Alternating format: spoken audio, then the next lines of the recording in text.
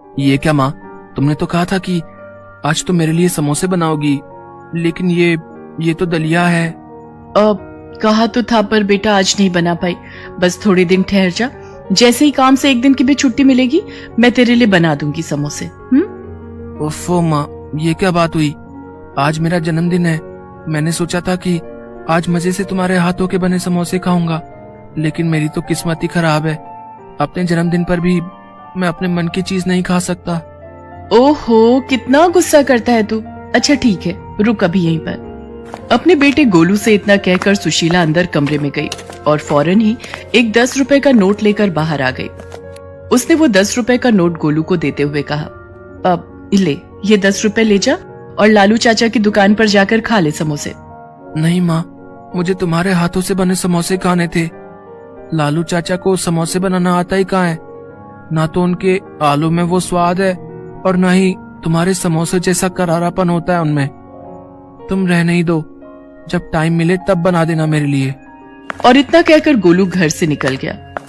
समोसे ना खा पाने की उदासी उसके चेहरे पर साफ दिखाई दे रही थी, जिसे देखकर सुशीला का मन भी उदास हो गया और वो मन ही मन सोचने लगी, हाय रे मेरी फूटी किस्मत, अपने बच्चे की इतनी सी ख्वाहिश भी पूरी नहीं कर सकी। अब नहीं, मैं गोलू को उसके जन्मदिन पर ऐसे उदास नहीं रहने दूंगी।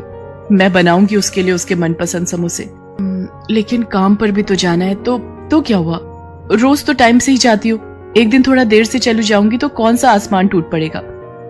वैसे मालकिन बातें तो सुनाएंगी, लेकिन कोई बात नहीं, मैं सुन लूंगी। लेकिन अपने गोलू के चेहरे पर खुशी लाकर रहूंगी मैं। ऐसा सोचकर सुशीला फौरन समोसे बनाने में जुट गई।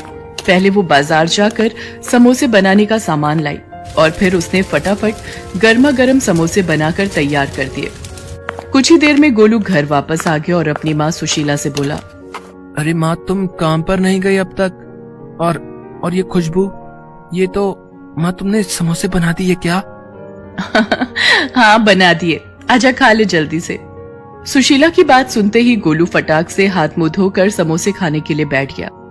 लेकिन फिर जैसे ही उसने समोसे की प्लेट देखी तो सुशीला से बोला, माँ तुम भी आ जाओ। नहीं बेटा, तू आराम से खा, मुझे जाना है, पहले ही काफी देर हो गई है।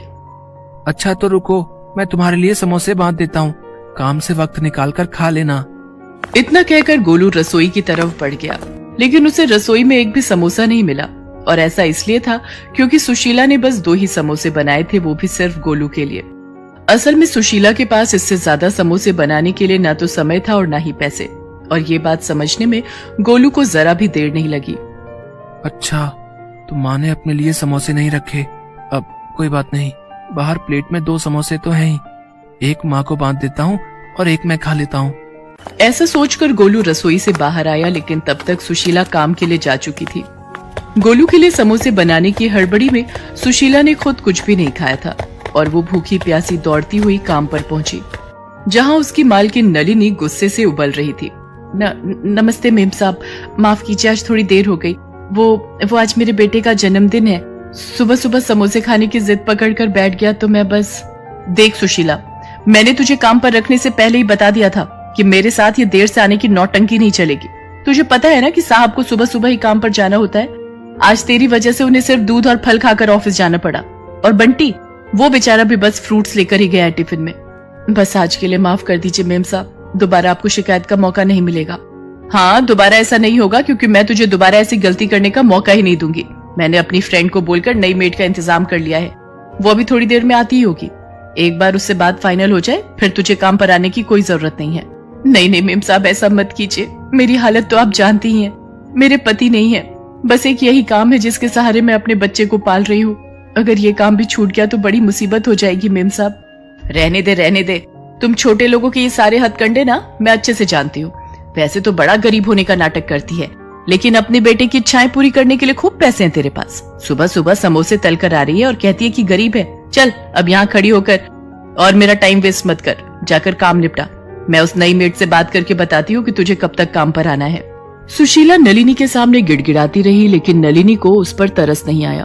वो हमेशा ही ऐसा करती थी और इसीलिए उसके यहाँ कोई काम वाली ज्यादा दिन टिक नहीं पाती थी। काम निपटाकर सुशीला घर वापस आ गई, जहाँ गोलू उसका बेसब्री से इंतजार कर रहा था। माँ तुम आ गई, तुमने कुछ खाया तो नहीं होगा ना? आ जाओ मैंने तुम्हारे लिए एक समोसा बचा कर रखा है। गोलू की बात सुनकर सुशीला की आंखों में आंसू आ गए। उसने फौरन आगे बढ़कर गोलू को अपने सीने से लगा लिया और रोते हुए उससे बोली, मुझे माफ कर दे मेरे बच्चे, मैं जानती हूँ कि मैं बिल्कुल भी अच्छी माँ नहीं हूँ। नहीं माँ, ऐसा मत बोलो, तुम बहुत अच्छी हो। और तुम्हें पता है तुम्हारी सबसे अच्छी बात क्या है? तुम्हारे ये समोसे। हाँ माँ, सच में। और इस बार जो चटनियाँ बनाई थी तुमने, आहा हा, मजा ही आ गया माँ। बिल्कुल चाट सी बन गई थी। हाँ, समोसा चाट। तुम रुको, मैं अभी तुम्हारे लिए वैसे ही समोसा चाट बना कर लाता हूँ जैसे आज मैंने खाई थी। इतना कहकर गोलू सीधा रसोई में गया और फिर उसने बचे हुए एक समोसे को एक प्लेट में तोड़कर उस पर तीखी और मीठी चटनी डाल दी। फिर उस पर थोड़े से चने भी डाल दिए और फिर उसे लेकर सुशीला के पास गया। लो माँ, खाकर देखो इसे। अरे ये क्या हाल कर दिया तूने समोसे का? और ये चने कहाँ से लाया? पड़ोस वाली शांति चाची दे गई थी। उनके पास हमारी एक कटोरी थी ना, उसी में ये चने रखकर लाई थी। माँ, अब तुम ये सब बातें छोड़ो और ये समोसा चाट खाकर देखो। सुशीला गोलू की तरफ देखकर मुस्कुराई और फिर उसने समोसा चाट में से एक चम्मच चाट लेकर चखी और फिर गोलू से बोली, अरे वाह गोलू, तूने तो सचमुच में ही कमाल कर दिया। ये तो बहुत बढ़िया है, ले तू भी खा। सुशीला गोलू को खुश देखकर बहुत खुश थी। नलिनी के घर जो कुछ भी हुआ था वो उस बारे में भूल ही गई थी। लेकिन फिर, माँ, इस बार जब तुम्हें काम के पैसे मिलेंगे तब ढेर सारे समोसे और ऐसी ही ढेर सारी चटनी बनाना और चने भी बना लेना। फिर मैं अपने सारे दोस्तों को ऐसी ही समोसा चाट खुद बनाकर खिलाऊंगा। गोलू की बात सुनकर सुशीला जैसे होश में आ गई और उसकी आंखों से आंसू बहने लगे। अरे माँ, तुम रो क्यों रही हो? क्या हुआ? गोलू, इस बार जो पैसे मिलेंगे काम से, शायद उन्हीं में काफी समय काटना होगा। आज काम पर देर से पहुंची थी ना, तो मालकिन बहुत ज्यादा गुस्सा हो गई। शायद वो मुझे काम से निकालने वाली हैं। क्या? बस एक दिन देर हो गई तो इतना गुस्सा? कोई बात नहीं माँ, तुम चिंता मत करो। और वो खड़ूस आंटी तुम्हें काम से निकाले उससे पहले तुम ही उसके यहाँ से काम छोड़ दो। हैं? ये तो क्या बोल रहा है गोलू? जब तक कोई और जगह काम नहीं मिलता कम से कम तब तक तो। नहीं माँ, अब तुम्हें किसी के घर जाकर काम करने की जरूरत नहीं है। मैंने सोच लिया है कि अब क्या करना है। अब से तुम और मैं मिलकर समोसा चाट बनाएंगे और उसे बेचेंगे। तुम देखना माँ, हमारी बहुत अच्छी कमाई होगी। गोलू की बात सुनकर सुशीला हैरानी से उसकी तरफ देखने लगी, लेकिन फिर अगले ही पल उसमें भी आत्मविश्वास जगा और उसने गोलू को फिर से गले लगाते हुए कहा, हाँ बेटा, हम मिलकर लड़ेंगे और जीतेंगे भी। इसके बाद सुशीला ने खुद ही नलिनी के घर का काम छोड़ दिया और वहां से मिले पैसों से उसने समोसा चाट बनाने का सामान खरीदा। हालांकि ये सब करते हुए सुशीला के मन में इस बात को लेकर डर था कि अगर ये काम ना चला तो क्या होगा। लेकिन फिर गोलू का आत्मविश्वास देखकर उसमें भी हिम्मत आ गई और उसने पूरे मन से समोसा चाट का सामान बनाकर तैयार कर लिया। और फिर शाम होते ही, नहीं माँ, तुम रहने दो, चाट तो मैं ही लगा कर दूंगा सबको। जितने मन से सुशीला ने समोसे बनाए थे, गोलू भी उतने ही मन से समोसा चाट लगाकर सबको दे रहा था। पहले दिन ही सारी की सारी समोसा चाट कुछ ही घंटों में बिक गई और लागत के साथ साथ अच्छा मुनाफा भी हाथ आ गया। सुशीला और गोलू बहुत खुश थे। फिर कुछ दिनों बाद, अरे सुनो बच्चे, मुझे समोसा चाट को ऑर्डर देना है। आपको लाइन में लगना होगा, ये सारे लोग ऑर्डर देने के लिए खड़े हैं। उस जगह पर वाकई बहुत भीड़ थी और नलिनी को उसी भीड़ से जूझते हुए आगे बढ़ना पड़ा। और फिर जैसे ही उसने सुशीला को वहाँ पर ऑर्डर लेते हुए देखा तो उसे अपनी आंखों पर विश्वास ही नहीं हुआ। अरे सुशीला, तुम ये मशहूर समोसा चाट की स्टॉल चलाती हो? लेकिन कैसे? इतनी जल्दी इतना सब कैसे कर लिया तुमने? बस अपने बच्चे की इच्छा पूरी करती रही मेम साहब, और भगवान पर भरोसा बनाए रखा, क्योंकि वो तो सब जानता है ना कि कौन क्या है। वैसे आपका कितना प्लेट का ऑर्डर है? पैसे एडवांस ही देने होंगे आपको। सुशीला और गोलू की तरक्की जहां उन दोनों के लिए उनकी मेहनत का फल थी, तो वहीं नलिनी जैसे लोगों के लिए एक सीख भी थी कि भले ही आप कितने ही अमीर क्यों ना हो, कभी भी किसी को छोटा समझकर उसकी बेइज्जती नहीं करनी चाहिए।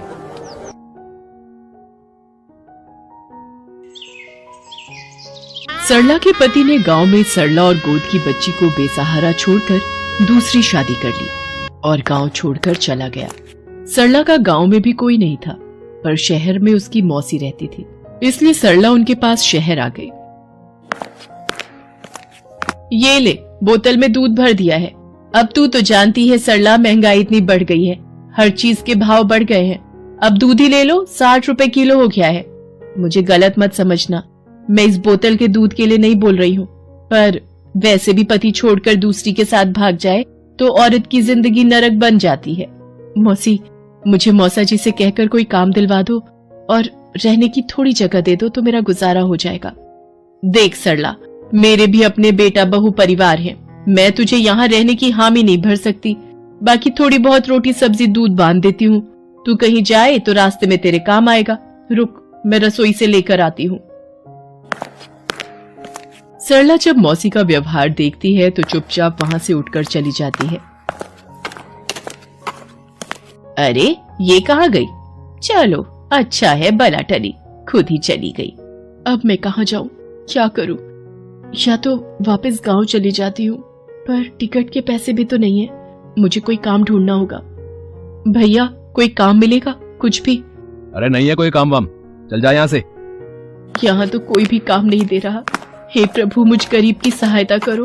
हाँ लाखन, जल्दी जल्दी आलू छील। 300 समोसों का ऑर्डर पूरा करना है। बिशन भी बीमार है और छुट्टी पर है। तुझे मेरे साथ लगना होगा ताकि जल्दी जल्दी काम पूरा हो जाए।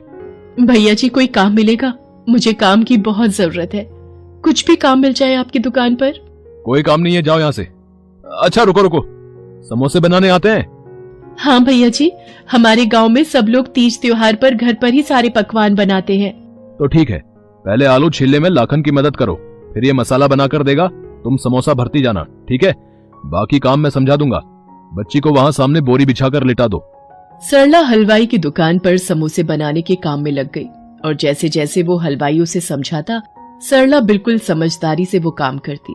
शाम के वक्त वीरेंद्र भैया, सारे समोसे बनकर तैयार हो गए हैं और गिनकर पैक भी कर दिए हैं। भाई वाह, अभी तो 5 बजने में आधा घंटा बाकी है और समोसे बनकर तैयार भी हो गए। बहन, तुमने बहुत अच्छा और सफाई से काम किया है।